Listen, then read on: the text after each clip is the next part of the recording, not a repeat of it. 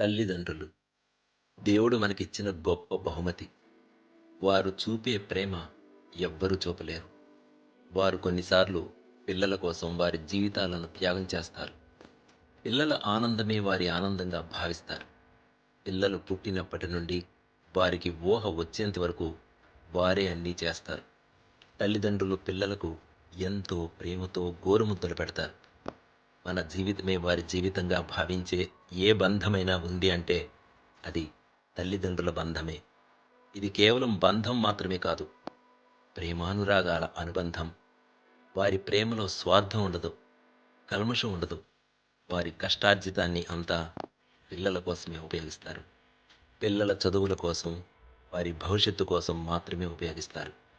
పిల్లలు పెద్దవాళ్ళు అయిన తర్వాత వాళ్ళని చూస్తారా లేదా అని కూడా ఆలోచించకుండా మొత్తం సంపాదనంతా పిల్లల కోసమే ఉపయోగిస్తారు.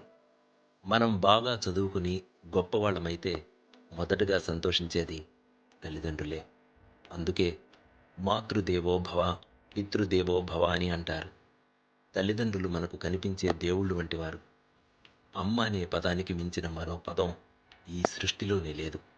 ప్రసవ సమయంలో పడ్డ బాధనంతా పిల్లను చూడగానే మరిచిపోతుంది అమ్మ. అమ్మ 24 గంటలు పక్కనే ఉండి చూసుకుంటుంది. అమ్మ పిల్లలకు దెబ్బ తగిలితే ఏడుస్తుంది. అమ్మ పిల్లలకు అనారోగ్యం వస్తే నిద్రమాని మరీ జాగ్రత్తగా చూసుకుంటుంది.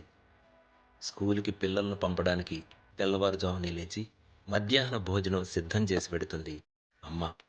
స్కూల్ నుండి తిరిగి ఇంటికి రాగానే దగ్గరకు చేర్చుకుని పిల్లల కబుర్లు వింటూ ఆనందిస్తుంది అమ్మ. తండ్రి గురించి చెప్పాలంటే పిల్లల భవిష్యత్తు బాగుండాలని నిరంతరం కృషి చేసే వ్యక్తి తండ్రి మాత్రమే. పిల్లల చదువు కోసం, అవసరాల కోసం సంపాదనంతా వెచ్చిస్తాడు.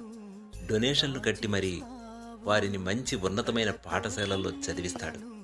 ఎల్లప్పుడూ పిల్లలు, కుటుంబం గురించి ఆలోచించే వ్యక్తి తండ్రి మాత్రమే. తండ్రి ఎల్లప్పుడూ తన పిల్లలు ఉన్నత స్థాయిలో ఉండాలని ఆలోచిస్తాడు. పిల్లల కోసం ముందుగానే మంచి ఇంటిని సిద్ధం చేస్తాడు.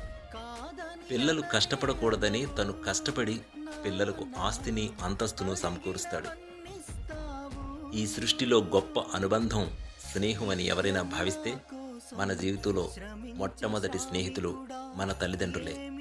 తల్లిదండ్రుల గురించి, వారి ప్రేమ గురించి చెప్పడానికి గాని, వివరించడానికి గాని మన జ్ఞానం సరిపోదు.